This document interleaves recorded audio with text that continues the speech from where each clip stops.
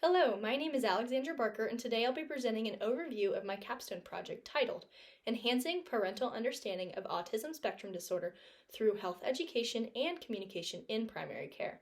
This project was completed as part of my Master's of Science in Biomedical Sciences program at A.T. Still University and focuses on creating a health intervention. Autism spectrum disorder, or ASD, is a complex neurodevelopmental condition that affects about 1 in 36 children in the United States. It is characterized by deficits in social communication and restrictive, repetitive behaviors as outlined in the DSM-5 handbook.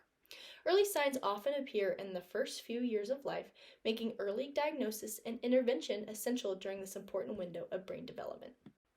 During early childhood, the brain has high neuroplasticity, meaning it can form and strengthen vital neural connections. Early intervention therapies like speech therapy, occupational therapy, and applied behavior analysis, ABA, can significantly improve communication skills, emotional regulation, and daily living habits of the child. Without early intervention, developmental challenges may become even more severe, affecting lifelong outcomes. Caregivers are the gateway to these therapies, yet after a child receives an ASD diagnosis, many caregivers experience fear, grief, and uncertainty. These emotions can hinder actions at a time when early steps matter most. That is why this project focuses on providing supportive, accessible education for caregivers right when they need it most. Beyond emotional barriers, structural barriers also exist. According to a study published in 2024 by the Journal of the American Heart Association, more than half of U.S. adults read at or below a 5th grade reading level, making it difficult for caregivers to fully understand complex diagnoses and leading to low health literacy. Insurance barriers also play a role. Therapies often require an official diagnosis for coverage, and even when approved, the number of therapy hours is far below medical recommendations. For example, most plans only cover 30 to 90 minutes of ABA therapy per week, far from the 25 to 40 hours experts advise. Social determinants of health further widen the gap. Families with higher socioeconomic status can often pay out of pocket for the therapies that insurance does not cover, while lower income families cannot and will have restricted therapy access. Geography limits access too. Over half of U.S. counties lack a single board-certified behavioral analyst, an individual who specializes in autism. Finally, cultural stigma perpetuates fear and denial around ASD diagnoses and can discourage families from seeking help, leading to further delays.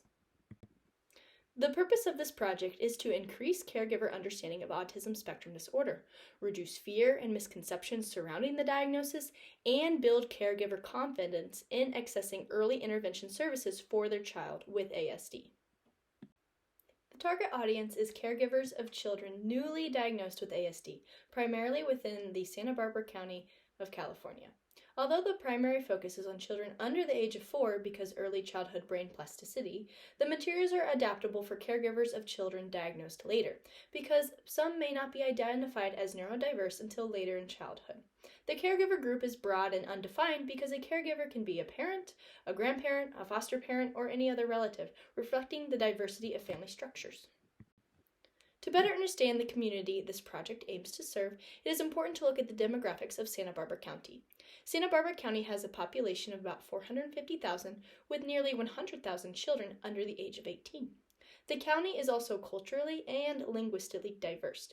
About 43% identify as Hispanic or Latino, and about 25% of households speak a language other than English at home. Northern regions like Santa Maria, and Guadalupe experience higher poverty rates, reinforcing the importance of providing accessible bilingual educational tools in the primary care setting. The goal of this project is simple: to improve caregiver health literacy and empower families to act early. To achieve this, I developed a 2-part intervention. 1, an in-office PowerPoint presentation delivered during a primary care visit, and 2, a take-home pamphlet available in English or Spanish. Together, these tools address confusion, fear, and barriers that often delay intervention services. The PowerPoint presentation is brief, about 5 to 7 minutes, and is designed to be conversational.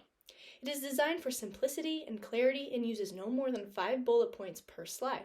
A 5th grade reading level language is used, and visual aids like cartoon and ASD symbols are used to enhance understanding. Providers are encouraged to pause for questions, allowing for that two-way dialogue. The take-home pamphlet reinforces the PowerPoint's key points. It is easy to read, mirrors the visuals and cartoons used from the presentation, and is intended to be shared among caregivers' extended support networks. A Spanish version ensures language is never a barrier to accessing the information needed. Here's a quick review of the materials. These are the first 3 slides. An introductory slide introduces the topic, the next slide explains what ASD is, and the third slide debunks common myths using trusted information to replace misinformation. The next 4 slides of the 7-slide PowerPoint walks caregivers through the next steps after diagnosis, introduces simple definitions of those early intervention services, provides trusted resources like the CDC and the American Academy of Pediatrics, and end with an open invitation for questions, reinforcing that caregivers are not alone in this journey. Here's the English take-home pamphlet. The pamphlet reinforces all of the key information introduced during the in-office PowerPoint presentation. Importantly, the pamphlet also encourages caregivers to be able to share the information with any extended family or friends. The pamphlet is the second part of the layered educational approach. This is the Spanish language take-home pamphlet, which mirrors the content and structure of the English version. It provides the same essential information but written entirely in Spanish to meet the needs of Santa Barbara County's Spanish-speaking population. Offering the material in Spanish was a deliberate choice to promote health equity. This Capstone health intervention was guided by 2 health education frameworks: the multi-directional communication model, which encourages open 2-way conversation. In practice, the in-office PowerPoint presentation was made with the MDC model in mind, as the PowerPoint encourages caregivers to be engaged and ask questions. The second framework is the social network theory, which recognizes that decisions are influenced by broader family and community networks, not just the healthcare provider, and the take-home pamphlet was intentionally designed for easy sharing with others. These were chosen because the MDC model ensures that caregivers are active participants in a 2-way conversation, while the S&T theory acknowledges that caregivers don't make decisions in isolation. These frameworks, they complement each other, supporting caregiver empowerment and learning both inside and outside of the clinical visit. Success of the project include creating accessible, easy-to-understand educational materials that promote health literacy and meet the language needs of Santa Barbara's diverse population. A key challenge was simplifying complex topics without losing medical accuracy.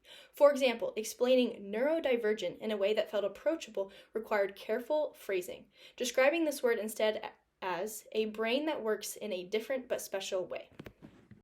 One of the key findings of this project was that researching and building targeted health education can reduce barriers and increase caregiver confidence after an autism diagnosis. These findings reaffirm the keystone role that primary care providers play, not only in possibly diagnosing the autism, but also in shaping a caregiver's understanding, emotional response, and health literacy, and the caregiver's ability to take action during the early period of brain neuroplasticity. This project has direct implications for future PA practice. PAs are health educators. Simplified, compassionate communication should be a part of every PA's diagnostic conversation. PAs advocate for equitable access to care. This includes recognizing and addressing social determinants of health and language barriers. PAs play an important role in building long-term trust with families. Using 2-way communication models like the multi-directional communication model strengthens the provider-caregiver relationship, improves adherence to care plan, and ultimately supports better health outcomes for children with ASD. These skills, health education, advocacy, and relationship building, are all essential components of effective, compassionate PA practice. Looking ahead, there are several future directions that could expand the footprint of this project. First, developing a care-centered website that would offer ongoing support beyond the clinical visit. This future trusted online hub could provide easy access to ASD information, local services, funding assistance, and even opportunities for caregivers to connect with local peer support groups. Second, future interventions could integrate additional health models such as the health belief model, social cognitive theory, or the trans-theoretical model. Finally, it is important to ensure that educational materials stay current. A system for regular annual reviews of the pamphlet and presentation content would allow updates based on new autism research, changes in therapy guidelines, and emerging community resources, ensuring that caregivers always have the most accurate and helpful information available. This review of my capstone project represents the accumulation of my Master's of Science in Biomedical Sciences degree at A.T. Still University. I look forward to applying these lessons in my future practice as a future physician assistant. This now concludes the review of my capstone project. Thank you.